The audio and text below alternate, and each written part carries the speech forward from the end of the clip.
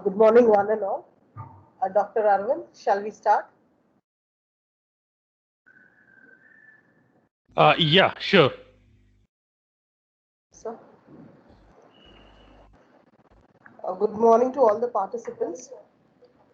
Welcome to today's session of FDP organized by the Department of Biotechnology, sponsored by AICTE. With the kind consent of our convener, we are starting today's program. And our resource person for today is Dr. Arvind Vishwanathan. Dr. Arvind Vishwanathan is the CEO of Pitch Scientific, providing end-to-end patent service and uniquely combines it with market analytics firms. He has over 15 years of experience in the IP field. He has been mentored by US Attorney while at GJFW. Subsequently, he served as assistant and has worked with patent attorneys as well as inventors over 2 years and provides solutions for all stakeholders involved in the form of patent service for products, as well as IP strategizing and commercialization. He has led and mentored a team of patent search and analysts. Dr. Arvind was also a faculty for the CLE webinar on the best practice prior art search series. As an entrepreneur, Dr. Arvind has also founded other startups by leveraging his technical backgrounds, IP analytical skills in the form of landscape and gap analysis, as well as IP portfolio management skill, and has made successful exits too. Having a PhD in polymer science from UMass Lowell, Dr. Arvind has a strong technical grounding in chemistry. His first foray into the patent world was as an inventor due to his stint as a product development specialist at TYRX Incorporated, which is now part of Medtronic. After moving into the IP field full-time, he has shown a great capacity in understanding and working in a broad range of technology. He is also a certified deep brain practitioner and instills this philosophy in all the processes to maximize quality of output while minimizing errors. Sir, on behalf of staff, students, and management at the Oxford College of Engineering, I, Salma, Assistant Professor at the Department of Biotechnology, take this as a privilege to welcome you to the session of Phase 2. Welcome, sir. Good morning, everyone, and thank you very much for the kind introduction. This is, and I think an important session for all the faculty because in the knowledge economy, as you have all probably know by now, and you've been through several days of sessions and talking about different things, you have come to understand that intellectual property is how things are being leveraged in the coming days, and the valuation of several startups, even universities, are on the basis of the number of intellectual property they own, and more specifically, especially when it comes to institutes like research institutes, Stanford University, Duke University, MIT, they are all essentially being evaluated on the basis of the number of patents they own, number of inventors they have produced, number of startups or companies they have been able to leverage through their research, and that has really differentiated them from everyone else. So from that point of view, this is a very important session, and one aspect of this whole thing is also understanding patent documents and how to leverage and structure information available from patent documents. And that's really what we are going to be looking at.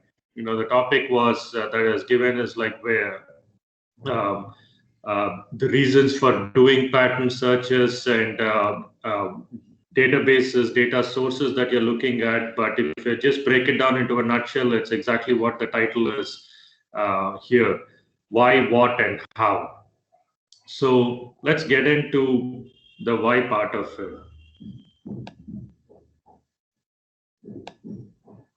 Yeah. So before we get into some of these things, let's look at what do patents have.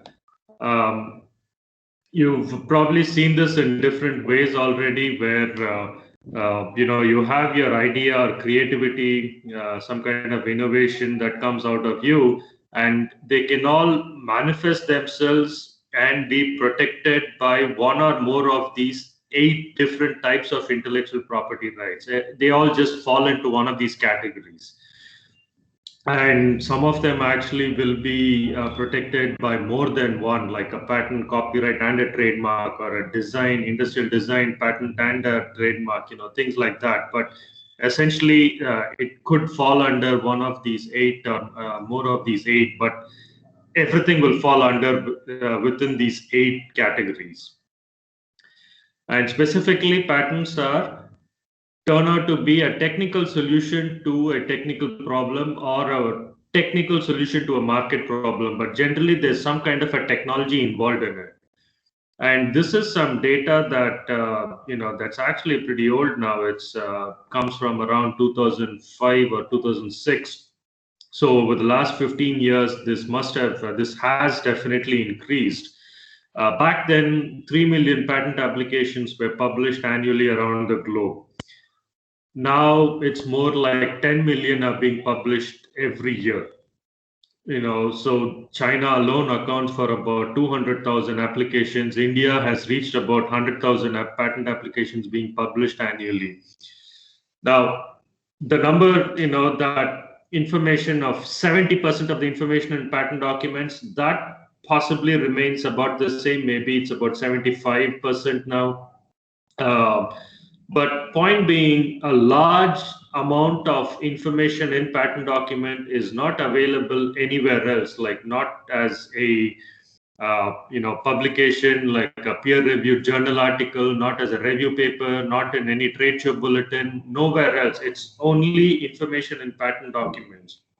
And you'll soon find out, or you probably have already seen, that patent document contains nothing but technical information, very much relevant to all of the technical details, as good as any peer-reviewed publication, experimental section and description or results and discussion that you see in any peer-reviewed journal articles. You'll find similar kind of information in patent documents also.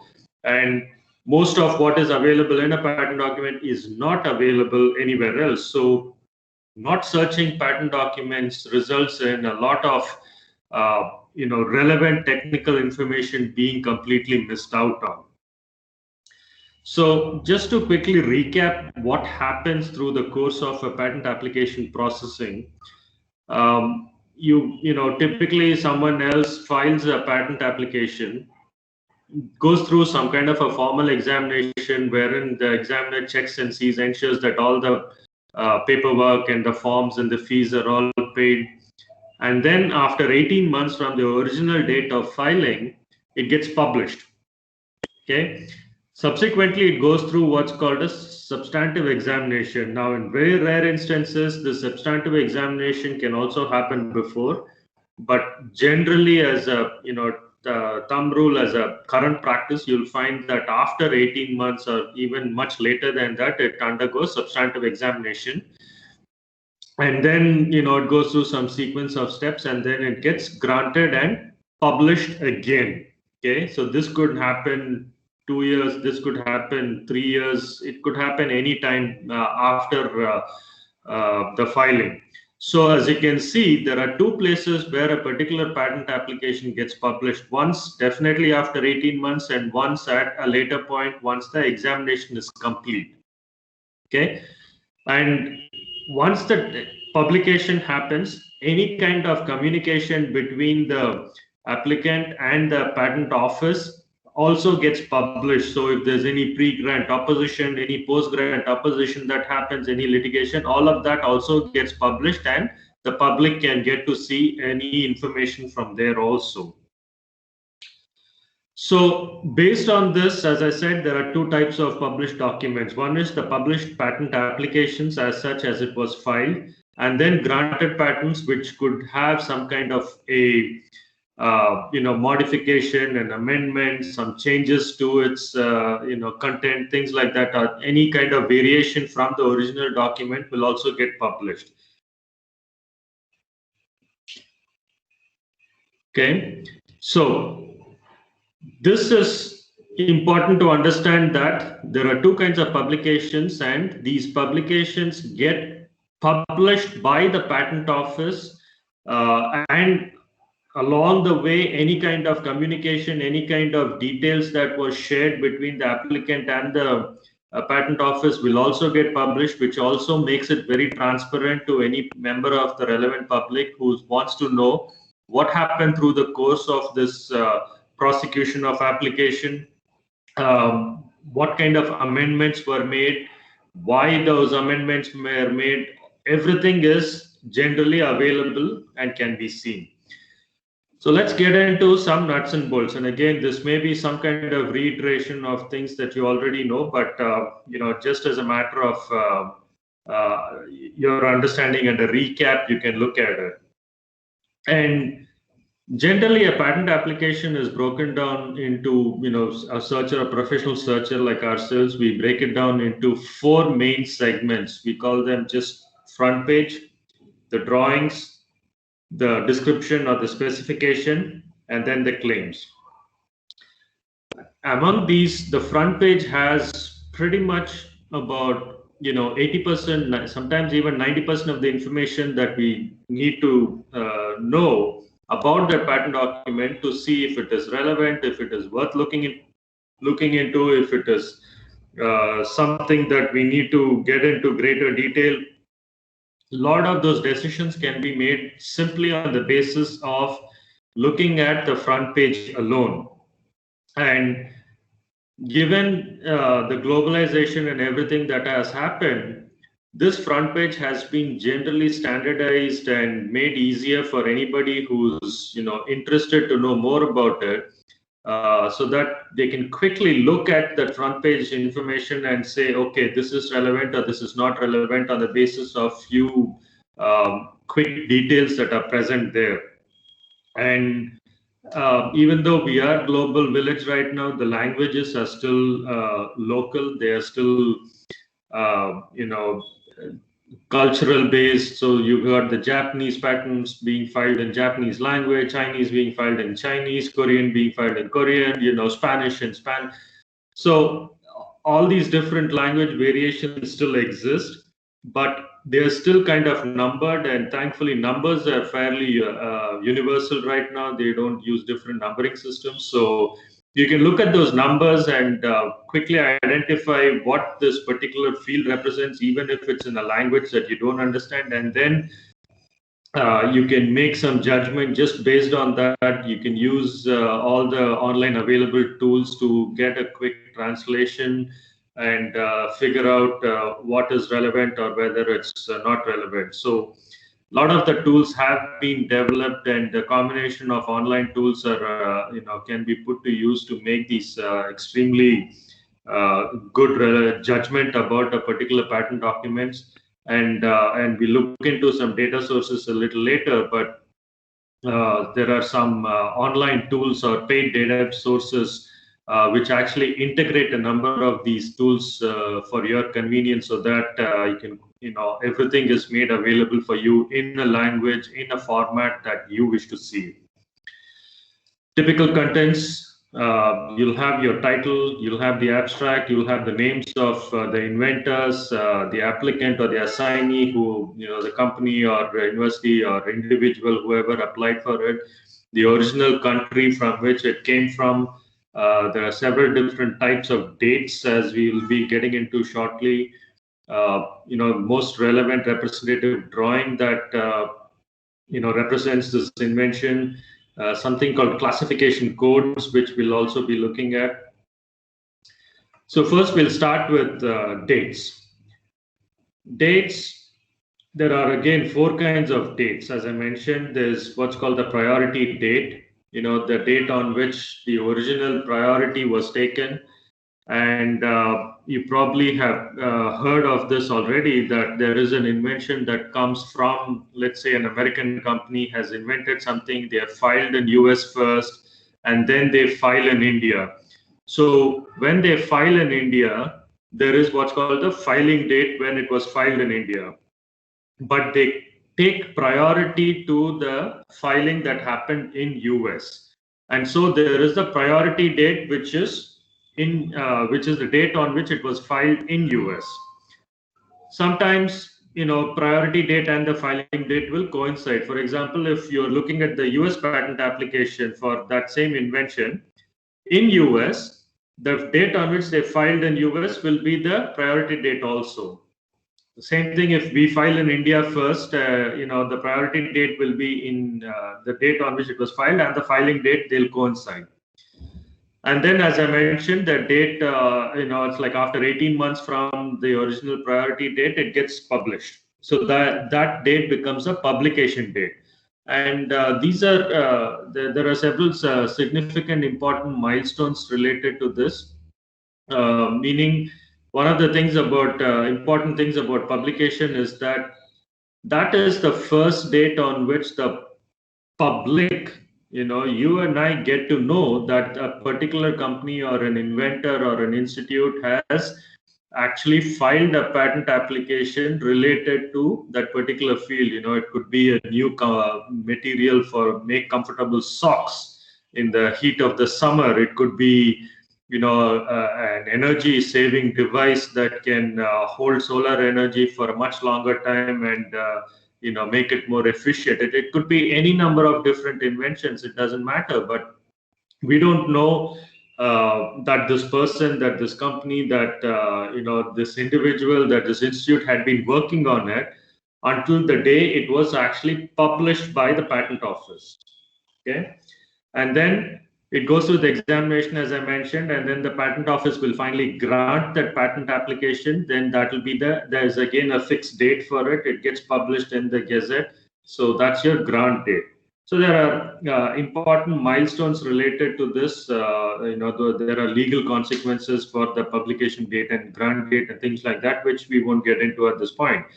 But just to understand that these are important dates that you have to consider while searching for patent documents. So typical front page, this is, for example, a US patent. It looks like this.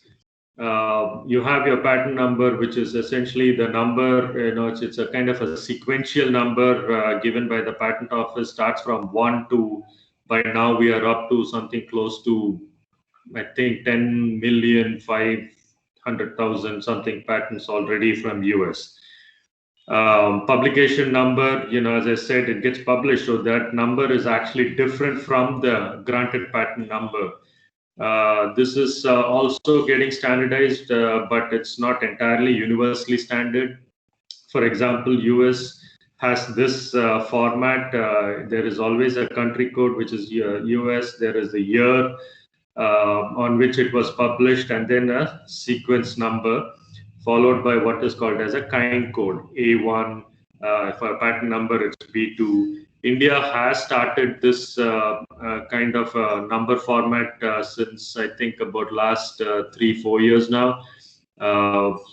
Earlier it used to be they used to assign a sequence number, and that same sequence number will become the patent number also. But now they have shifted to this, country. Again, the country code remains the same, which is in India it's IN, US it's US, Mexico will be MX, Canada will be CA, China CN. So those are fairly standardized across the world, and anybody who's using a lot of these internet and websites from these other countries, they'll recognize these two alphabet country code.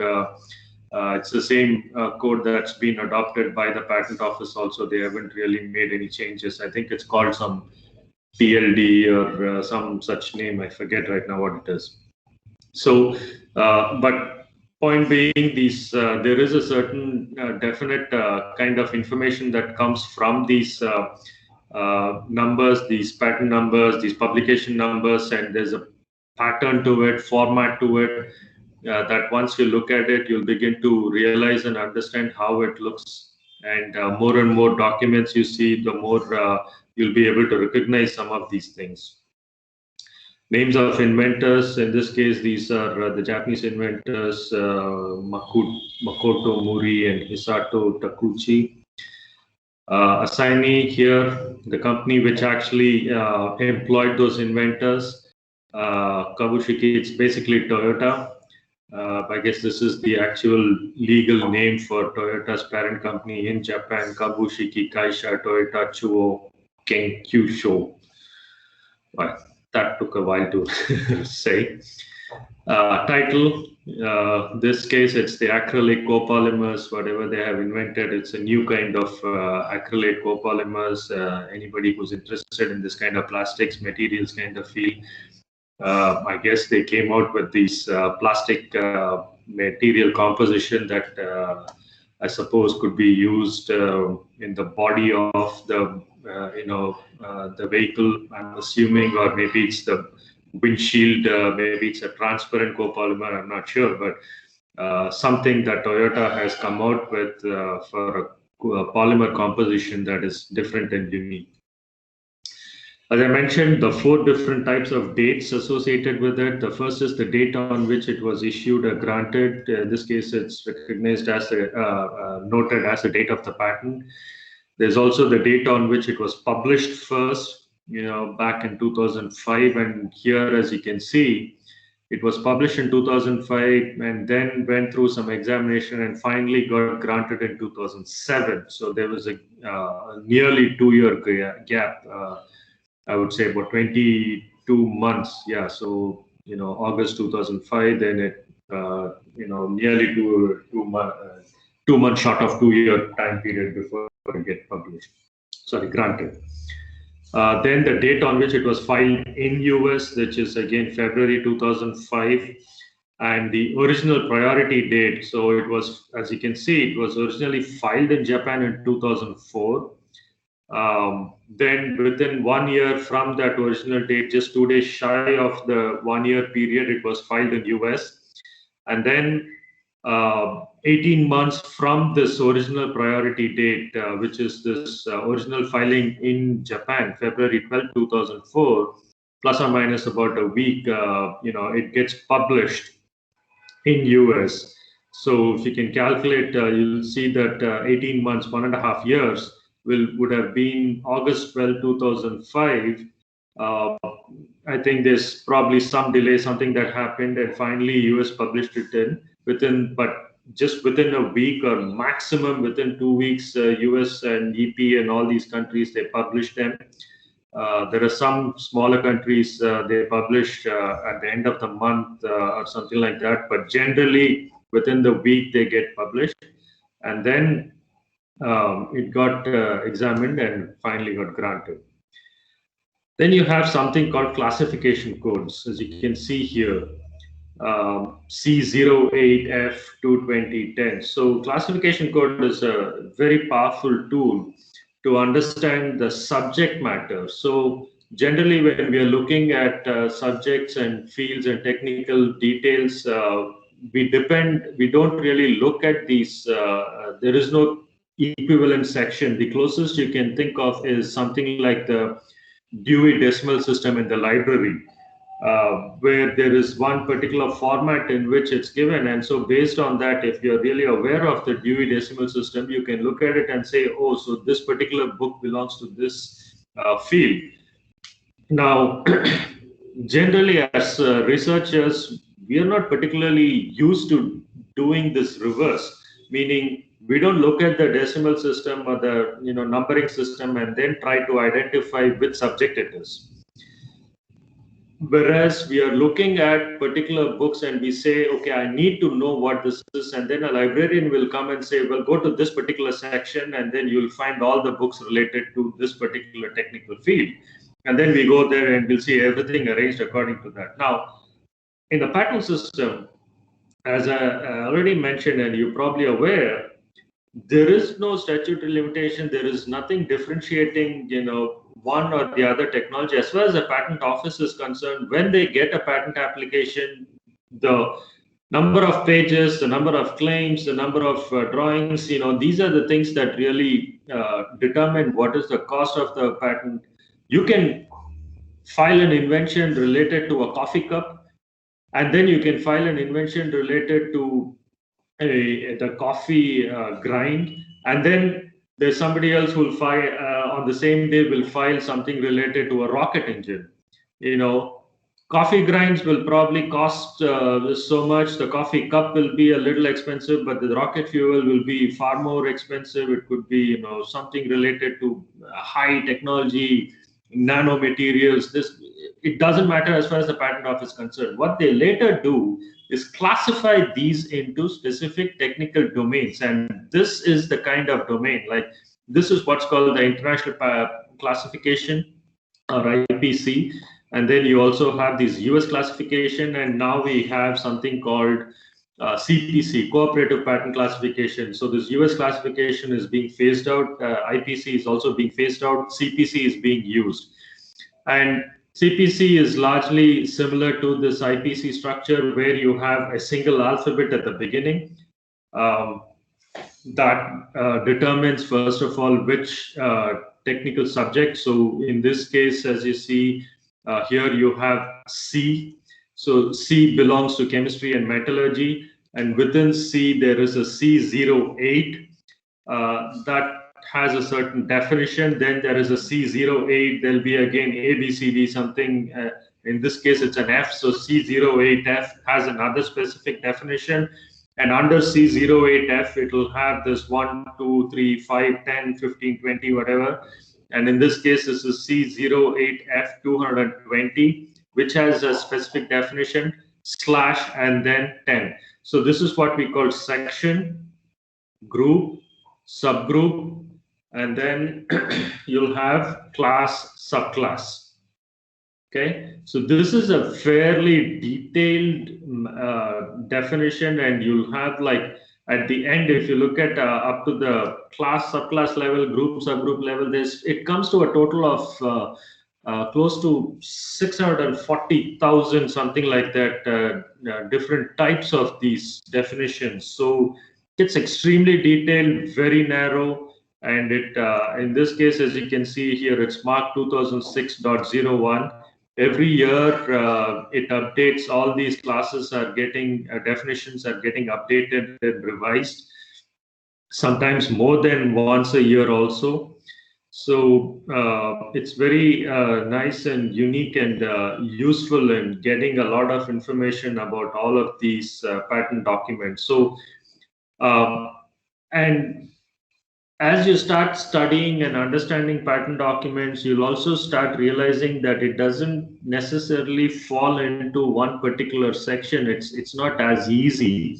In this case, I've taken this example where it falls under one particular section, but quite often you'll find that it falls under multiple sections. So there could be this copolymer composition, as you have seen here, which falls under this chemistry or metallurgy. But then that same composition, as I mentioned, could be used as a windshield, for a car. And that windshield for a vehicle would probably fall under the section D, which is performing operations or transporting. And there could also be a particular way of engineering or machining that material to make that windshield, which could fall under F. So you might actually have the same patent document being classified under C, under B, and under F.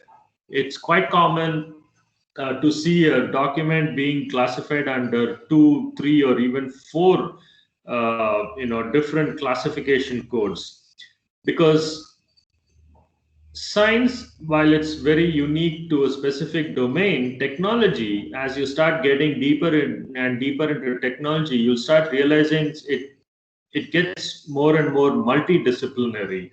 So it crisscrosses different technical domains and starts falling under different technologies. And so it's quite unique and important to also not just look at this patent document, but also to look at what are the different kinds of inventions that are being covered in this particular document, which is why I mentioned at the beginning, we look at the reverse of what we as researchers used to do in the past, where we go to a particular section in the library and say, okay, I'm going to look at all these books related to, or all the journals related to this particular field. But in this case, we look at the document, and based on what the document says, we are seeing which domains it covers, what are all the different sections, the different classification codes it belongs to, so which technology that it falls under. So this is another unique feature about patent searching that it's worth noting. Then you have the description or the specification. It has all the technical details related to it. It describes what the background is, what is the description of the prior art, what are the different solutions that are already known, summary or brief description. You'll have all these different section headers, and it's not a hard and fast fixed rule. You find different people using different kinds of titles, as I mentioned here. Some of them say summary, brief description, some others say object. Then you have the detailed description. You'll have detailed description of the invention, description of the invention, a lot of different ways. And within that, you'll also have some say something like examples. Some also point out what's called the best mode, and then there's the drawings or figures. And then you have claims of the patent, and claims are generally known to be as the heart and soul of a patent document. They are generally sequentially numbered, define the scope of the patent, tend to go from broad to narrow, and they cover what we call the statutory classes.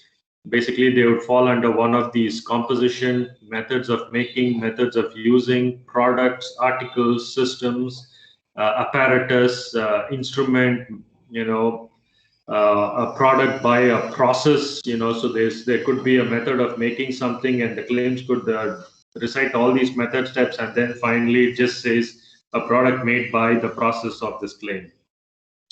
So this is a quick nutshell of look into the different patent documents and things like that. And at this point, I just want to take a quick gut check and see if there's anyone has any questions, anything that anyone wants to go back and look into before we start getting into the next section of this talk.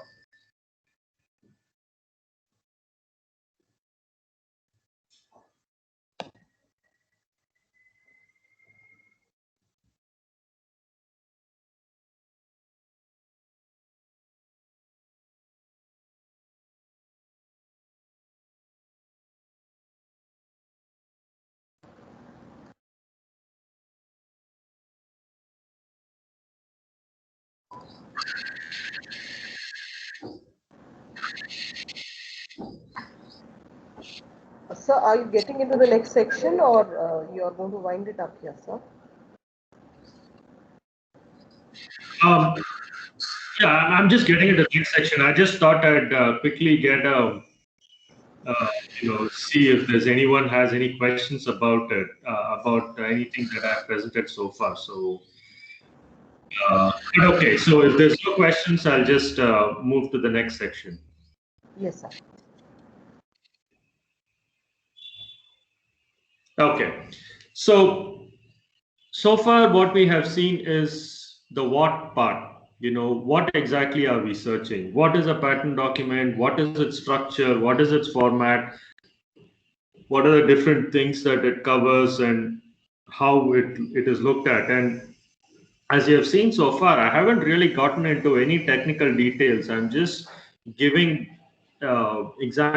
generally what a patent document is and what it looks like and how it's structured. So this in itself is generally sufficient for someone to be searching for patent documents without getting too much into the technical details of the patent document, because as I said, the front page of the patent document has 90% information I need to make a decision, and so many of these different things like the classification code, like the date, like the company name, the inventor's name, all these things will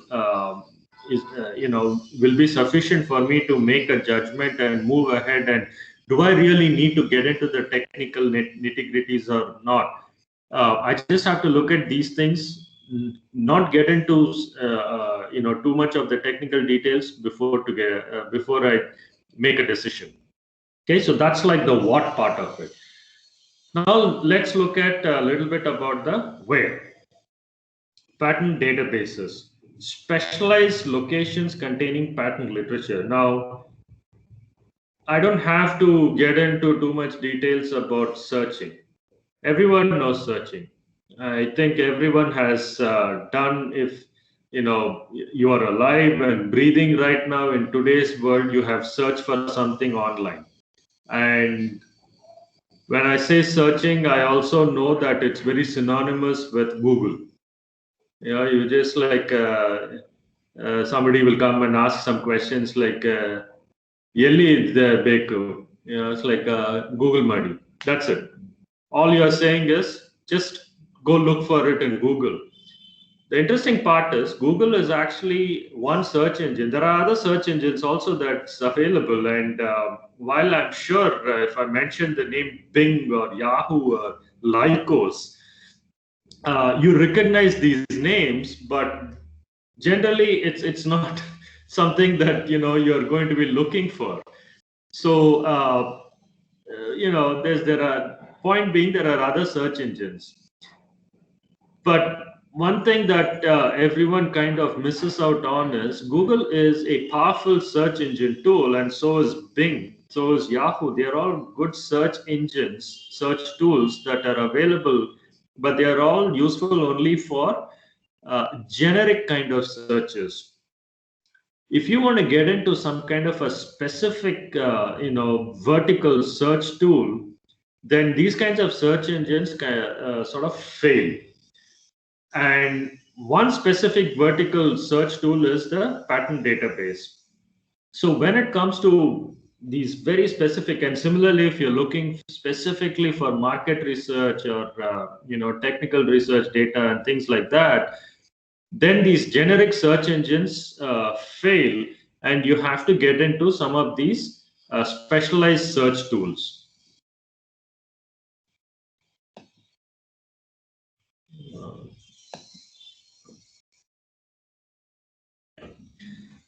So one of the aspects about patent database search tools is, as you have already seen, the patent document has these different sections.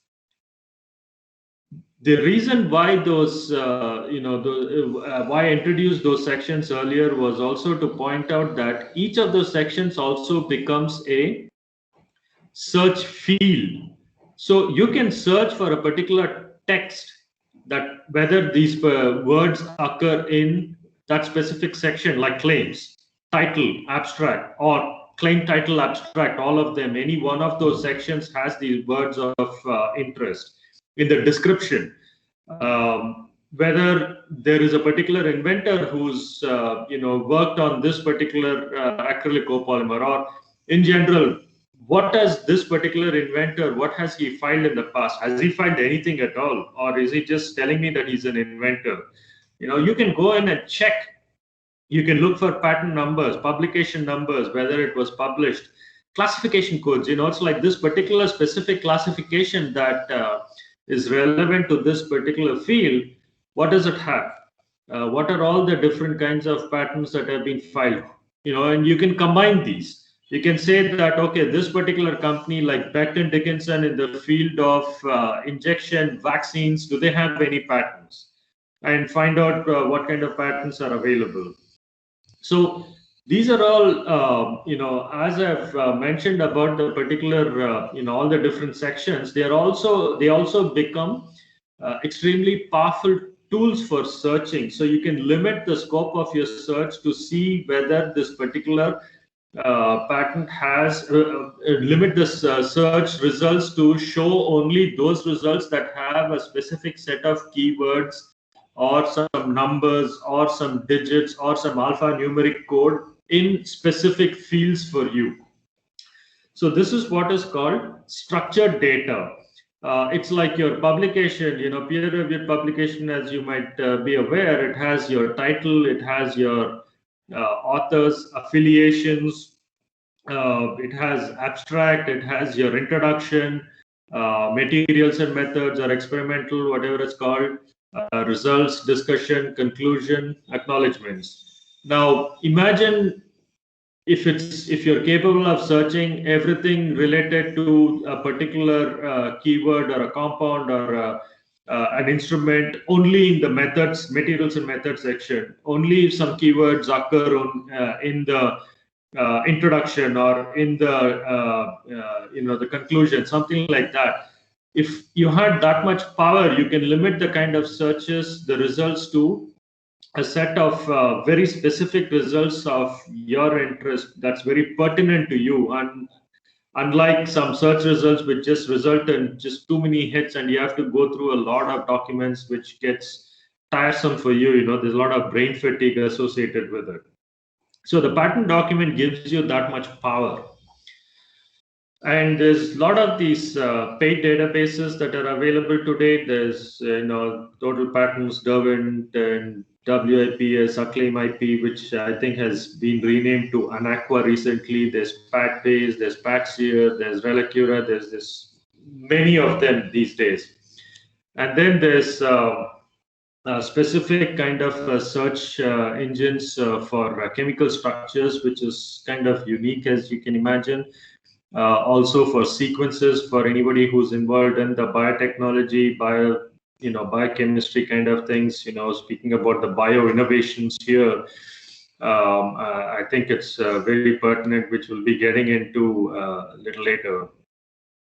Then you have your free databases that are available. Google has its own patent search engine called Google Patents. It's patents.google.com. You have something called Free Patents Online. There's individual patent offices like USPTO and SIPO, which is now renamed to CNIPA, European Patent Office, which comes under what's called eSpaceNet. eSpaceNet.com. You can just search for it, and you can get into each of these. And some of these patent offices, they are actually not a single country. For example, European Patent Office is a combination of, I think, about 43 different European countries. They all fall under the single ambit of European Patent Office, the EP. But different from those, the EP, there are also individual patent offices like the Italian, like the British, the UK Patent Office. And despite, by the way, don't confuse about the Brexit, which is a trade deal, and the Patent Office, which is UK, is still part of the GB, is still part of the European Patent Office. But they also have their own patent office, which does its own individual separate examination and things like that. So, and you can also go in and search for the GB patents within eSpaceNet. Then you have Japanese patent office and the Chinese patent office, the Korean. So you can go search for all of these specific countries, Australian patents, Indian patent, which is INPAS, if you've seen. Then you have PatentScope, which is the World Intellectual Property Organization's patent search engine. And as I mentioned, these are all the different fields you can search for. You can search for something that occurs anywhere within the front page, and these include publication number, application number, publication date, title, abstract, so on. And then you have claims and description, which is not in the front page, but some other back end of the patent document, if you will, or the details portions of the patent document. And this is where you put in your search terms. And once you say something like, okay, I want to find out what Bajaj has filed, or what has Health Med or Cube Health has filed. So I go into this applicant name and I put in the company name and then click on search, and it will give me all the results. Like I said, it's like some of these databases are not just one particular country. They actually combine, data from a number of different countries. For example, PatentScope here, which is patentscope.wipo.int. It takes information from 44 different countries and then publishes it for you. And you can actually go in and check and see. As you can see here, PCT is one of the jurisdictions, and yeah, I think you might have heard of it. So they mentioned that there are nearly 3 million applications from PCT, and from other countries there are like 53 million from other countries that they have put in here. You have Canada, Brazil, Ecuador, ARIPO. It will also have ARIPO's African Regional Intellectual Property Office. You have US, and you'll also have India here. Similarly, as I mentioned, eSpaceNet is another combination of all the documents, and from several different countries. It started with Europe, but now they have expanded to cover more than 90 jurisdictions. And their interface is a little different, as you can see here, compared to what the Patent Scope does. And these are all freely available databases. So anybody can get in and use this. You just have to get into that website and you look at this, and you can you put in all your requirements, your publication number or applicant or inventors and classification code, whatever you want to see, you can type in here and you'll get results. Similarly, for Indian Patent Office, this is the website ipindiaservices.gov.in/public search. And again, this interface is a little different, as you can see, and you can limit everything to see, you want to look for dates only between the last 5 years, last 10 years, and I want to see everything related to a particular company. What is a company like called I want to see what CCAMP has been publishing or filing patents in the last 10 years. And then I can put in, or I know this professor in IIT Bombay. He has been working on this particular field, but I'm not sure how many of his ideas have been patented. Let me go put his name here. His name is Alok Mishra or something like that. So you can go in and put that name here and click on search. It'll give you the results. Same thing. Like I said, it used to be SIPO, but now it's called CNIPA. But the difference is, it's like, as I mentioned out here in Patent Scope and eSpaceNet, it can actually give you results from all these different countries, like 90 plus countries in eSpaceNet, 44 in Patent Scope. But once you come to India, you're limited only to Indian patents. Once you go to the Chinese, you get only the Chinese. Once you go to USPTO, US Patent and Trademark Office, you get only US applications and granted patents. Similarly, for Japanese, it's called JPLATPAT. You get only Japanese. AUSPAT, AUSPAT, you get only Australian. Like I said, the other free resources like Google Patents and Free Patents Online, they provide information from other patent offices, but their source is only these. As you can see, these like Google Patents, the source is only these patent offices. But they also look at other information like general web. So if there is a blog or something where I have put in some information related to my patent application, Google will search for those also. And so you might actually see something related to Indian Patent Office, or it's like some other country like a Swedish patent or an Australian patent, which even though it's not listed here, it will show up in Google results, but not because it searches in those patent office, but it searches other index sources from where this information comes.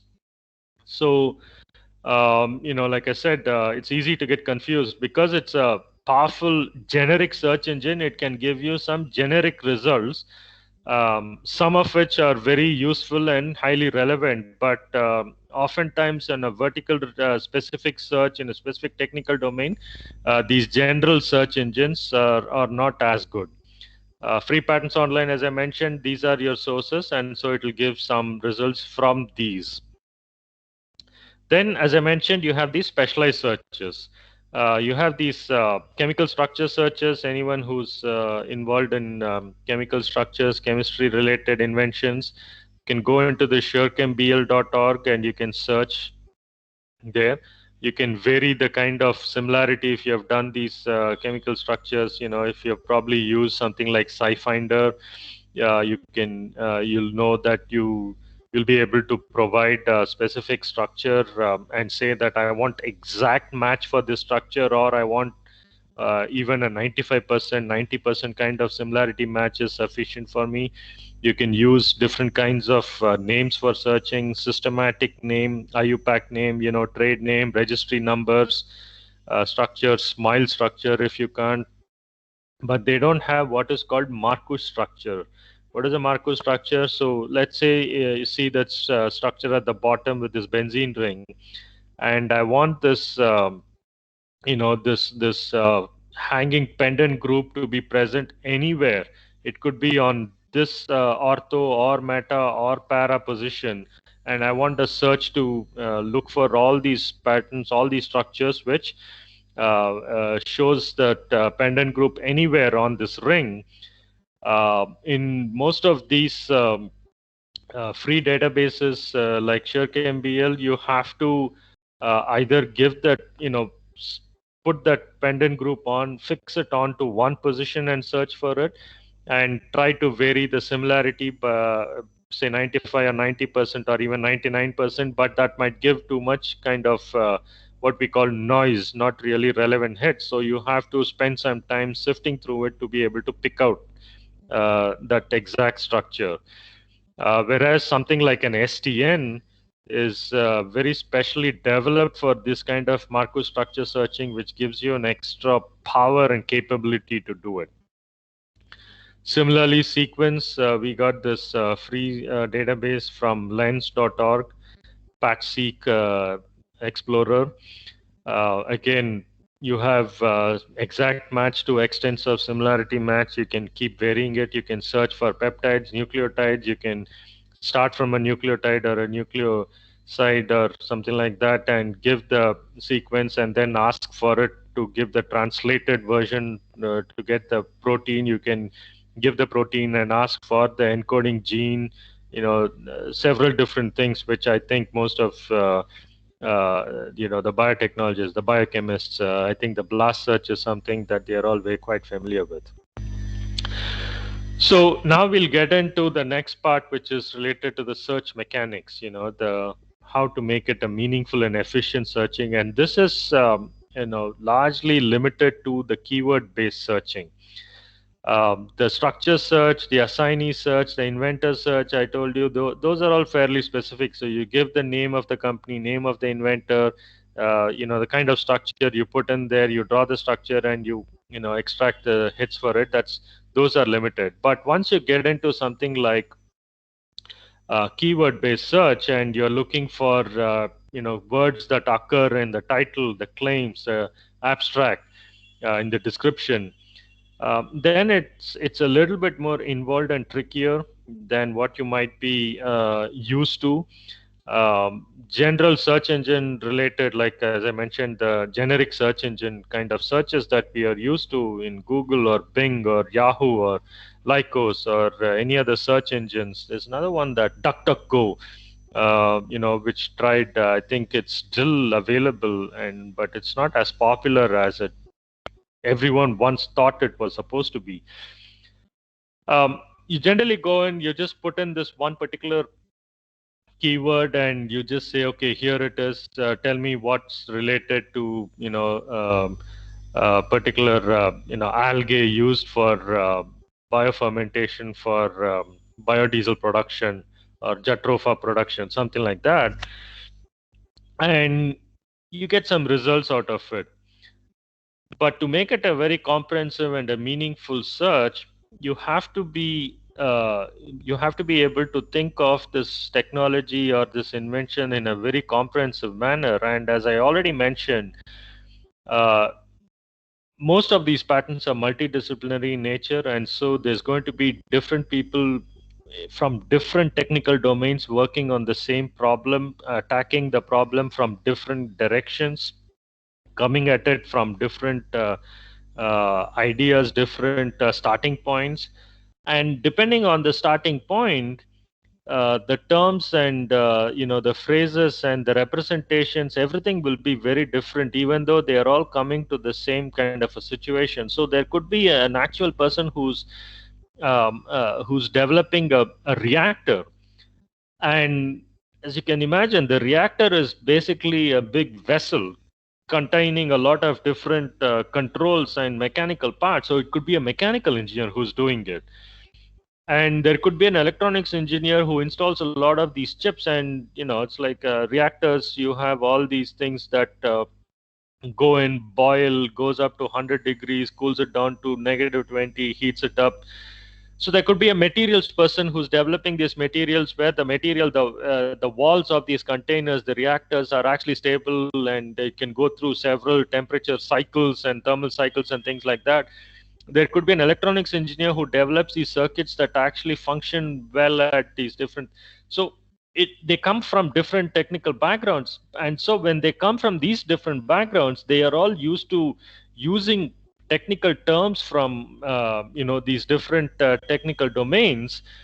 And so when you are doing the searching, you need to be able to think of this technology from all of these different variations, different perspectives. So the good search strategy is, first of all, going to involve multiple keywords.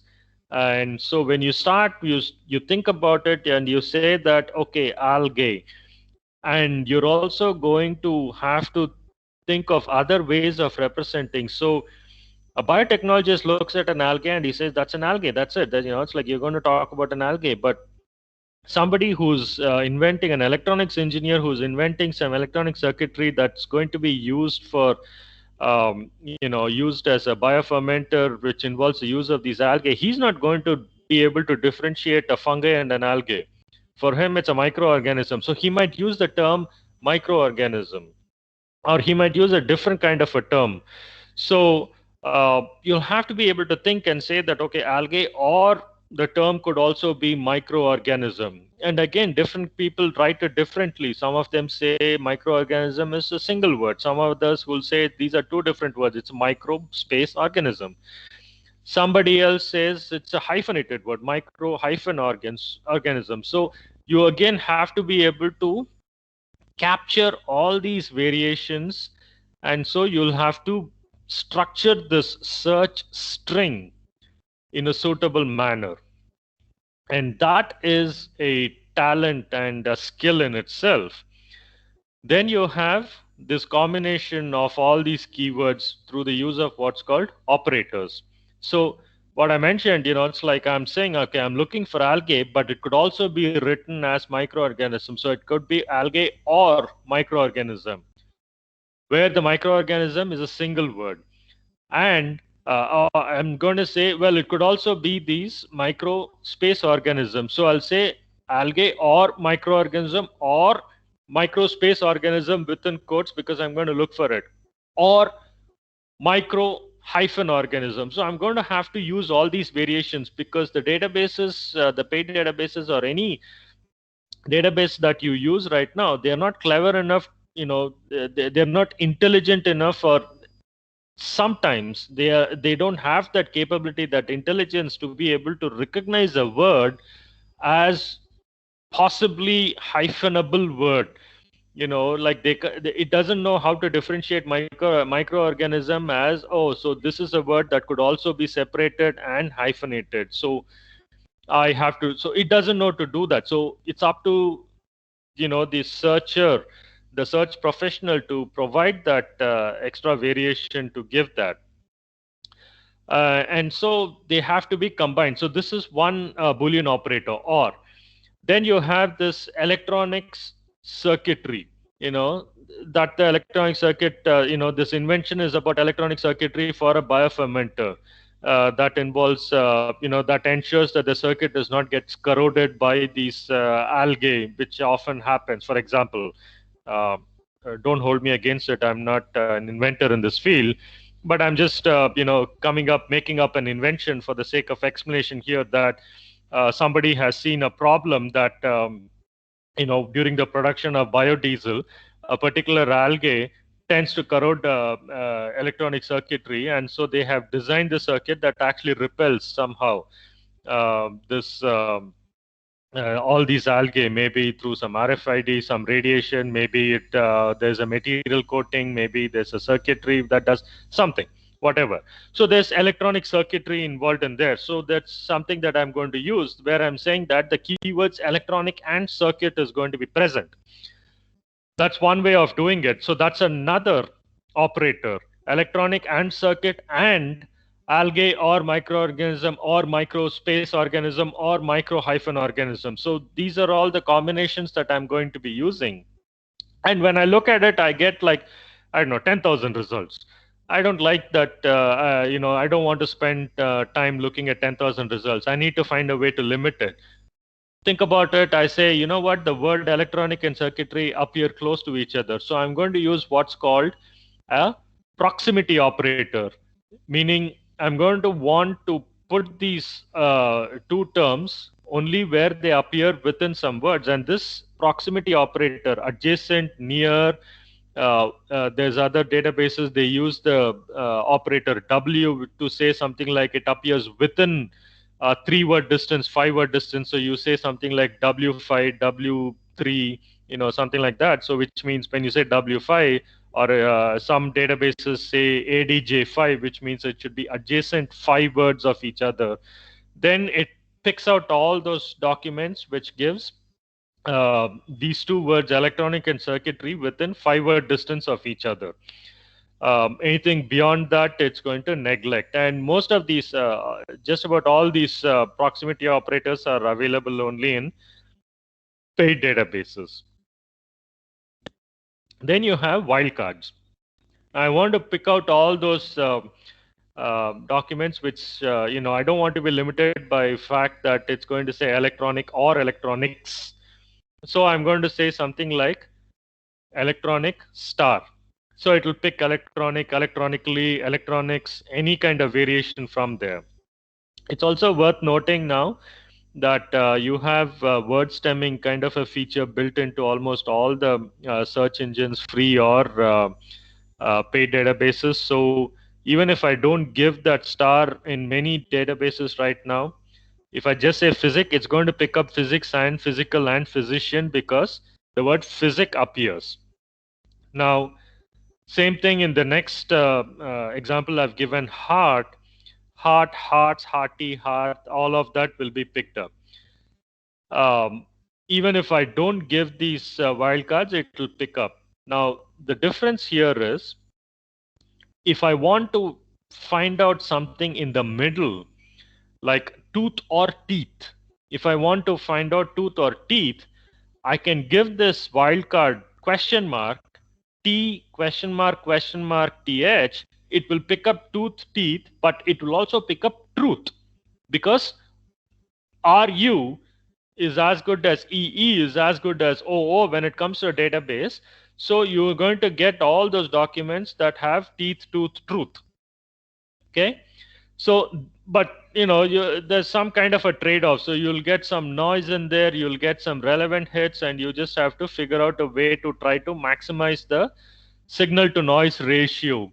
If you will, if from a search point of view, you'll be thinking of signal to noise ratio here also, and you'll be refining these searches as you keep going. Okay.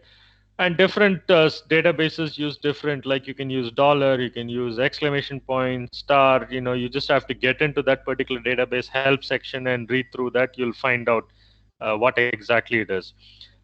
Many databases also offer what's called the left side truncation, meaning you can put that star on the left side of physics. It will pick up biophysics, chem physics, whatever other kind of prefix to the word physics comes up. It'll also pick those kind of keywords and show it. And then you have what's called simultaneous left and right truncation. So you can simultaneously truncate both sides and get keywords from there. Okay. And at this point, I think it's also worth telling you about what I call seed references. What this is a patent document that you're already aware of. Somebody has given you that, oh, I think this is a relevant document. So you can use this document as a guideline to see whether a particular search that you are conducting is giving you the relevant documents or it's giving you too much noise. So it helps you identify keywords, it helps you validate the searches, and then keep following it. Otherwise, as I mentioned, every year there are some 10 million documents, patent applications that are getting published every year.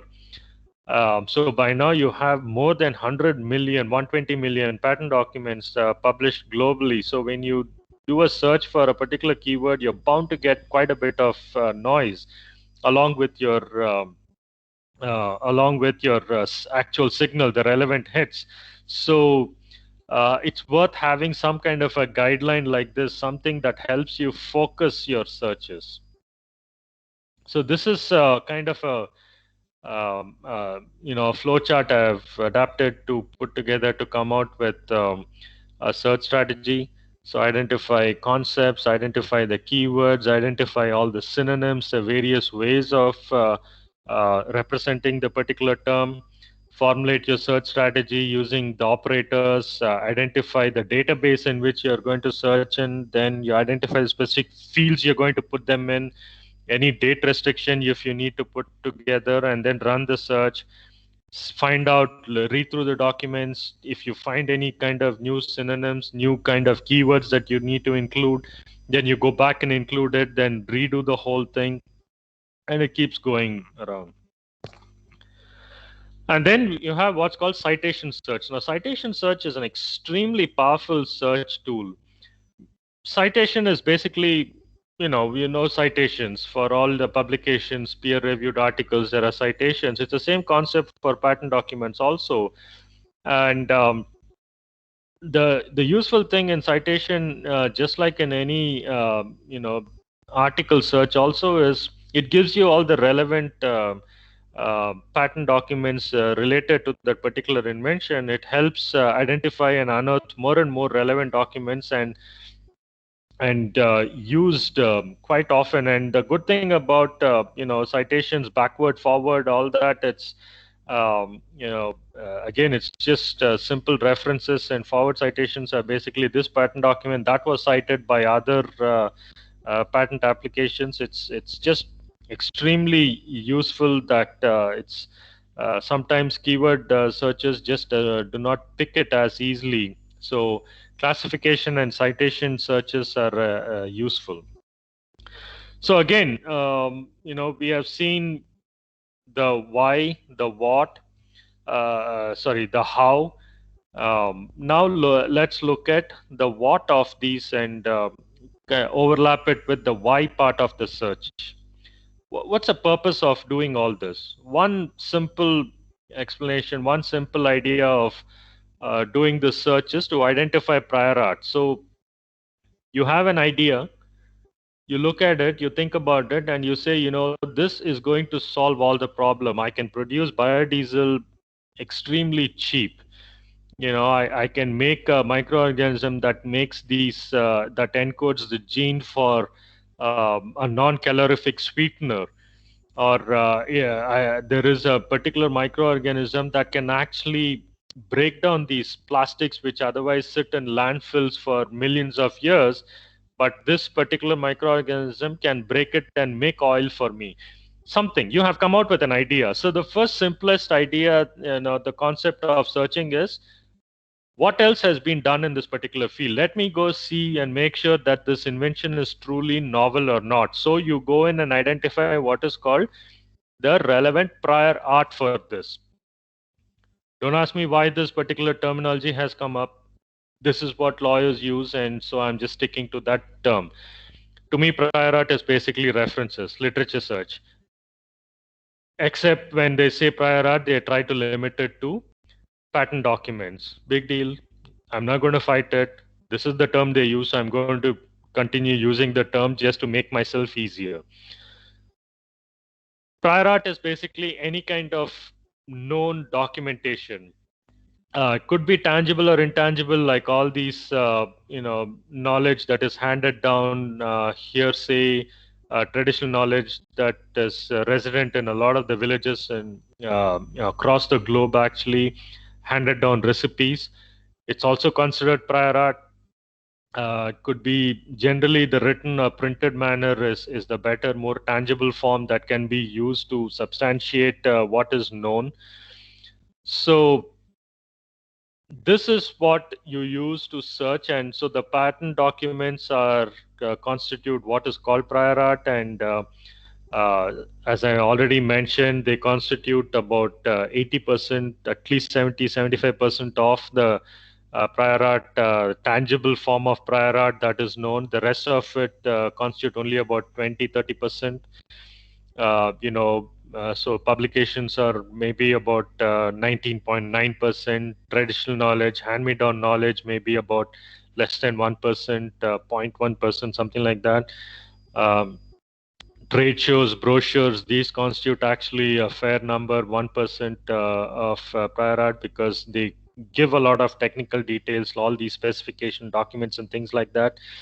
So all of these constitute prior art. So you can go in and look for it and identify everything that is known about a particular field for the invention that you have just considered right now. Patentability, it's just done to assess the novelty and obviousness of the invention. So you think about it and you came up with this idea, you go out and see whether someone else has already done this, come out with this invention. And you might think it's kind of silly to be looking at 120 million documents to see whether it's worthwhile doing it, because it's like if a simple Google search has not yielded results, then chances are it's not there. But you would be completely wrong about it, because there's one very telling example that one of my colleagues, a good friend in this field, who's been a professional searcher for about 30 years now, in his experience, he's faced it many different times. And one example that's an eye-opening example for him happened very early in his career, within the first, I think, 3 years, where a doctor in, I think AIIMS it was, or some hospital in Delhi, a surgeon actually, he came out with, he kept facing this particular problem where, when he was conducting, I think he was a heart surgeon, and, to get into a particular organ within this, section of the artery or something, it was very difficult using this existing scalpel, existing, knives and whatever that was there, because of the way the body is structured, the artery is, some things. So this particular problem, he thought about it. He worked with some, mechanical engineers to devise something, and he finally came out with a solution where he said that same blade that he's using, he just needs to bend it at a tip, from a distance from the tip of that sharp edge. If he bends it at a certain angle, and he worked on it, and he finally came out with something like some 15 degrees or 17 degrees, something like that, some very small acute angle, but just enough to give it that bend that allows him easier access. So he came out and he came up with this invention. He wrote, he took some pictures, nice, lovely pictures of that particular scalpel that he designed with that, angle of about 15 degrees, maybe 20 degrees. And he submitted it to, this friend of mine who went in, he did the search and he came out with it, and he said, what, this already exists. And he was surprised. The surgeon was like, what do you mean? I've never seen anything like this. It's like everywhere I go, I ask for a scalpel. I ask for a blade, they only give this. Like, yeah, nobody has manufactured or sold it, but somebody has already filed a patent for it. And here is the patent. And it said exactly those things that he mentioned: 17 degrees, 15 degrees, angle, blade, distance from the tip is so many centimeters. Everything is exactly the same, exactly as he had mentioned. He's like, how is this possible? And my friend was like, it is possible. So you can see, you can read for yourself. And he said, who is this person who did it? And turned out it was his professor. He did his MD somewhere in Glasgow or something. So his professor, when he was a student back in the 60s in same Glasgow, he had come out with this invention and he had filed a patent application, but that's it. It just sat in that application. It just sat as a patent document. No one really looked at the technology and they said, you know what, I think we need to manufacture and sell this because there is a demand, there's a market, there is this. No one did any of those kinds of things. They just filed the patent and it just sat there. And in the 60s, not like 5 years, 2 years, it was like by that time about 30 years ago, you know. So now it would be like what, 60 years now. So point I'm trying to make is, as I mentioned, there are more than 100 million, 150, 120 million patent documents that are being published, that have been published so far, and every year there's many more that are coming out, 10 million a year. So chances are somebody somewhere has thought of something, quite possibly exactly what you have thought of already, and they might have filed for an application worth looking into it in great detail.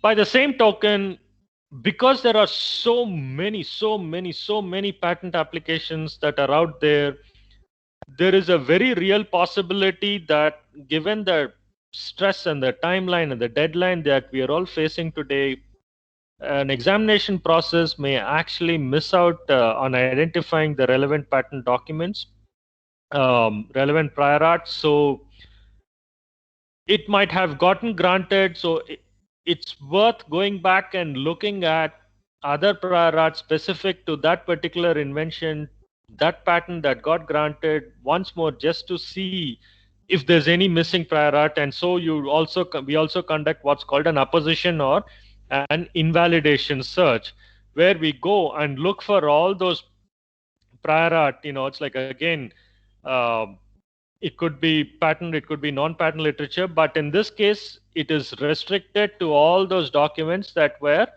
published prior to the priority date. Now, if you recall the date, I mentioned about 4 particular dates: priority, filing, publication, grant. So in this case, you are going to be looking for those documents whose publication date is earlier than the priority date of the patent document that you are looking to invalidate or oppose. So now you can, once it might sound confusing or anything right now, but once you start doing these things on a more regular basis, you'll understand and appreciate the necessity for this. This becomes very important for a lot of companies who are looking to launch products, and suddenly they find that there is a particular patent document that encompasses what they are doing, and so this becomes problematic for them, and so they have to go in and they try to say, okay, let's try to invalidate by opposing them.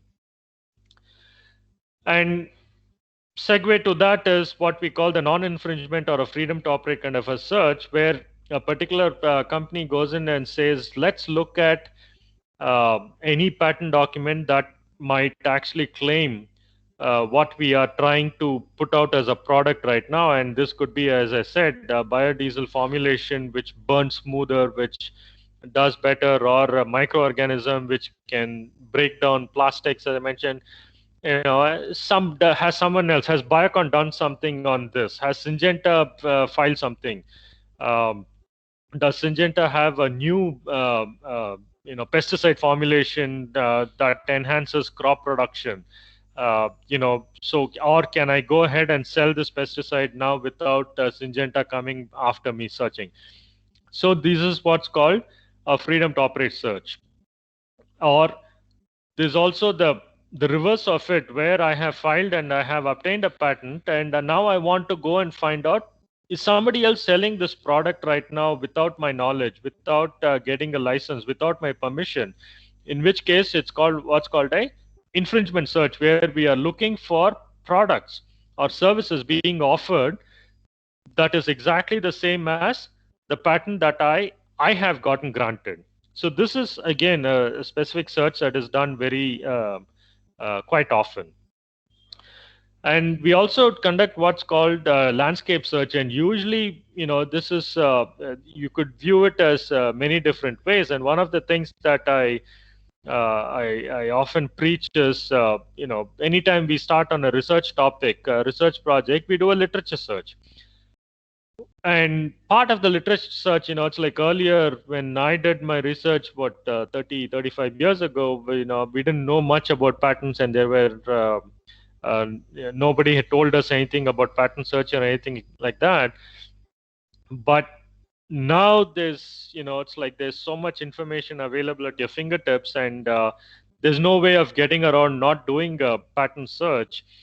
So one of the things that that needs to be done as part of the literature search should include a patent search also, just to see what kind of technologies that are already patented out there, along with the non-patent literature or your general literature search. So it tells you kind of technology trends, generally where business is going, what kind of focal points are there. Um, there's also different kinds of landscapes, like looking at all the different competitors in a particular field. It's like I have a particular kind of a biological sequence that I've invented, a nucleotide. Who else is there? Has Amgen filed anything related to it? Are there any new companies have come out? There is an X Biotech company called X Biotech that just got registered 2 weeks ago, according to my friend, in the Silicon Valley, where it's the hub of all these innovations. Have they done anything? So there's all these kinds of new trend analysis that can be done as part of landscape. But at least at a initial point, it is used as a tool to look at and get some ideas. So oftentimes we go in and we are looking for, especially as a student, it's like I'm out of ideas. I don't really know what it is. And as student researchers, we just look at our our faculty or our research guide and say, you tell me what I should work on, and then the guide says, fine, here, go work on this particular field. But it's also useful if we do our own little search, landscape search, and it gives a lot of guidance and helps us in identifying technology trends, gets kind of an overview of a particular technology that helps us identifying the specific problem statement that will define our solution also.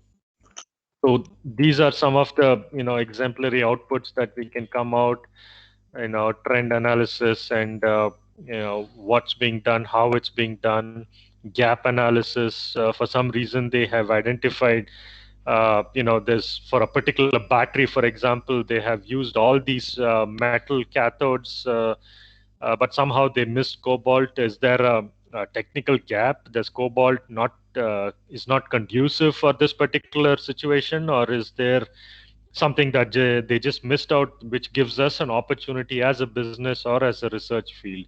And even as a theoretical field, you can look at it and say, why cobalt is not functioning? Is it because of some electronic structure? Is it because of some some chemical reactivities, something in there? And if you think this is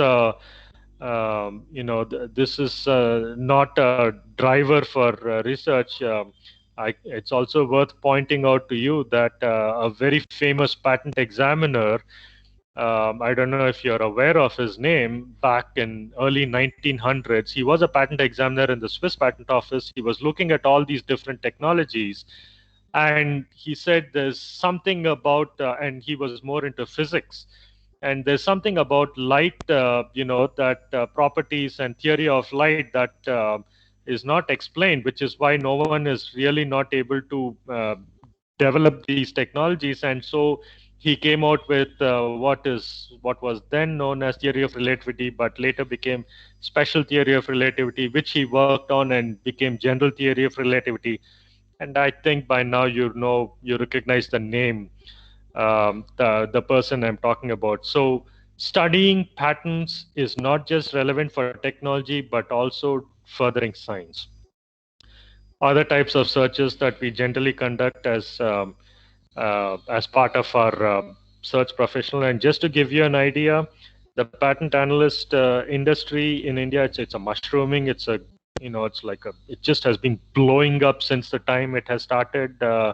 I would say about 15, 20 years ago. Now it's about 20 years old now. Now it's like has only about 50,000 professionals, and it's still growing. And several of these people who have been in the patent analyst industry have gone back into the research field and have become very good researchers also. Many of my friends personally. So this is me, and you can always get in touch with me at any point for any information, and I'll be happy to answer any questions you may have. And I think I've exceeded my time limit. I'm sorry about that. But anything else you may have, any questions, I'll be happy to answer at this point. I'll be sharing this presentation also with through this forum, so you can look at it, and the contact information will be there, so you can also write to me or call me, and I'll be happy to answer any questions. Thank you, sir. That was a very informative talk on patent search. Participants, if you have any queries, you can unmute yourselves.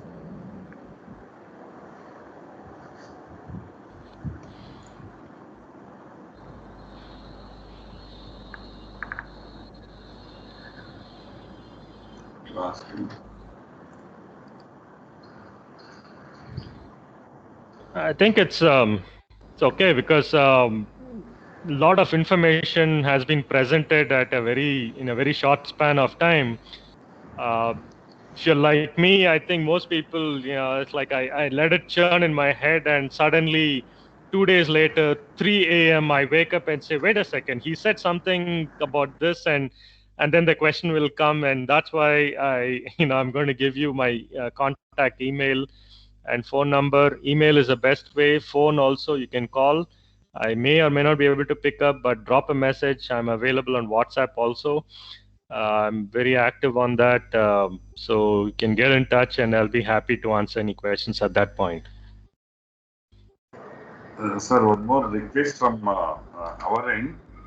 Can Yes. we have one practical session for e-filing of the patent in our next session? Sure. E-filing, I think so. That's something that a practitioner would be in a better position to do, because I can show, structure, but since I don't have that digital signature, it has to be renewed every year and things like that, which I don't have. Somebody who has the digital signature and who does it more regularly, they may be in a better position to have that conduct that session. And what do you feel, sir? Online submission is ideal, or through attorney submission is ideal? Attorney submission is always, better, because they have been through this. They have done this a number of times. So when we do it, it's like I've done this earlier, so I used to do it more regularly. So I remember that these are the steps, and I have to do it. But then now it's been 3 years since I did it. Now I'm focused only on searching, and suddenly somebody, and I am doing it now. When one person has come, can you help me do the filing? So I do the filing, but then I have to go back. I have to think like, oh, I have to do this. And if I make one mistake, because there are legal repercussions for things. If I make one mistake, it has so much effect. And so it's better to use one of these attorneys to their help to do it. It's worth that extra charge that they ask for. So generally for prior art search, what should be the nominal charges that you make for one concept? A simple concept, generally, it's a very simple. It depends on the complexity, simplicity, as I mentioned. Very simple, like we have done searches for, and really, somebody has actually been able to invent a new screwdriver, believe it or not. So you think about a screwdriver, you're not thinking that there's nothing new that come out of it. But So a simple screwdriver, it's like it could be done for within, say, about 5,000, 10,000 rupees, but slightly more complex, and especially in the biofield, chemistry, pharma, it gets a little more involved, even though it might sound simple to you, but the search is very intense. So that runs to, 15,000, sometimes 20, 25,000 also. So it's really the kind of search and the complexity involved uh, that we base, because it's for us it's a service organization, so it's an hourly rate. So it's the amount of time that we expect to spend is going to determine the cost. Thank you, sir. Thank you very much for your kind presentation and valuable information shared to our faculty members. On behalf of Oxford College of Engineering, on behalf of Department of Biotechnology, and from the team of Faculty Development Program, and of course on behalf of VTPC and KSGST and myself, I thank you very much for your wonderful presentation. Looking Thank you very forward much. for joint collaboration in filing and in searching, and of course, since you are from a polymer background, we may request some kind of technical help from your end. We will be in touch with you, sir. I'll be very, very happy to be involved. I love to be a researcher. I think, like I said, I'm always a researcher. So, this patent analysis field has made me, I think, a better researcher, and very happy to collaborate anytime you need anything. I look forward to it. Thank you very much. Thank you, sir. Thank you, sir.